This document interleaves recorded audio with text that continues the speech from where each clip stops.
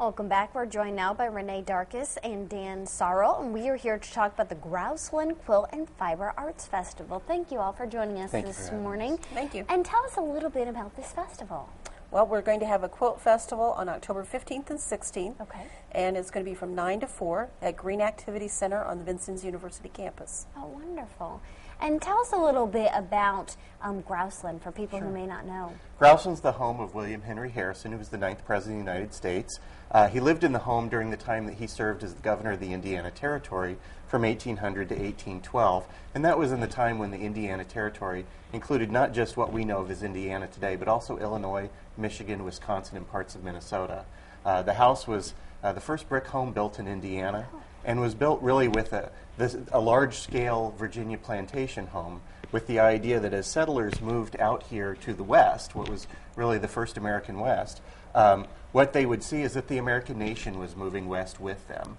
And so it was really meant to be a powerful statement not only of that the American nation was moving west, but that we were here to stay.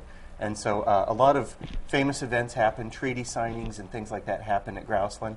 And it's really a cultural focal point for us in southern Indiana in terms of the heritage that we come from both sides of the story, both the Native American and the European settlers. And it is an amazing piece of history right here in the Wabash Valley for us. And if people want to come out to this festival, what are the hours for that? We're going to be open from 9 to 4 on Friday and Saturday.